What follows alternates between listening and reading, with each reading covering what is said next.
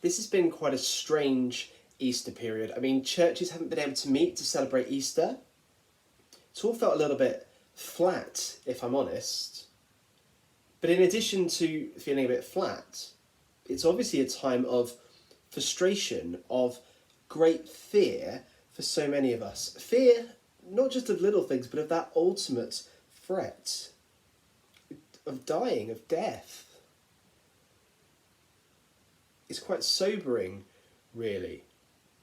And with all this swimming around on our Facebook feeds, on BBC News, on our Twitter pages, everywhere, well, it's an opportunity for us to focus in on why Easter is such good news. And with that in mind, we're looking today at the women who were the eyewitnesses to the Easter story. They saw Jesus die, they saw Jesus buried, they were the ones who were witnesses to him when he rose from the dead. They went on that first Easter morning to his tomb to look after his body, but when they get there, the stone in front of the tomb was rolled away. And they meet an angel, a spiritual being, who says these words to them. Do not be afraid, for I know that you are looking for Jesus who was crucified. He is not here. He has risen, just as he said. Come and see the place where he lay. The first words the women hear at the tomb after a sad, awful, scary crucifixion are the words, do not be afraid. Why? Because Jesus Christ has risen from the dead. Just take a moment to think, why is death so scary for us?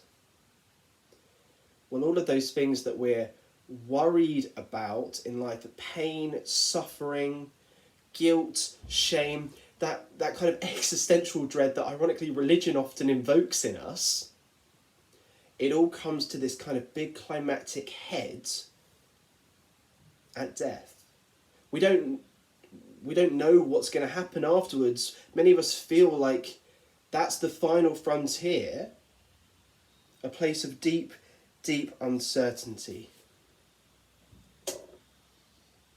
And what happened at Easter? Well, death was beaten.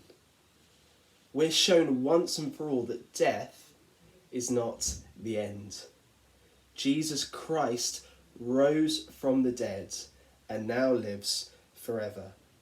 See, the women, as they see the empty tomb, are given the message and its implication. Jesus really did die. He was crucified.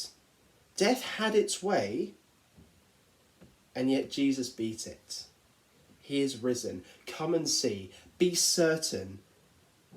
Death has been beaten. It didn't have the last word. No, life does. This news casts out fear.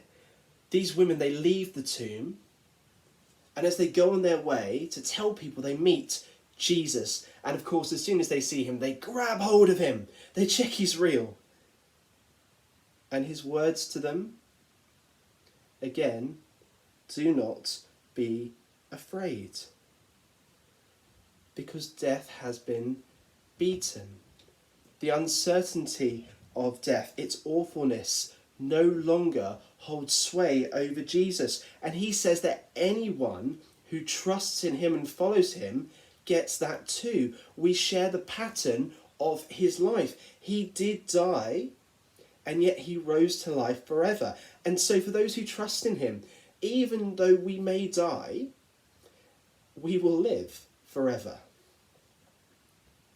Easter isn't just the promise of eternal life and forgiveness, it's the absence, the casting out of fear. If death no longer has any ultimate power over you, then no matter what happens here, your eternal fate in Jesus is secured.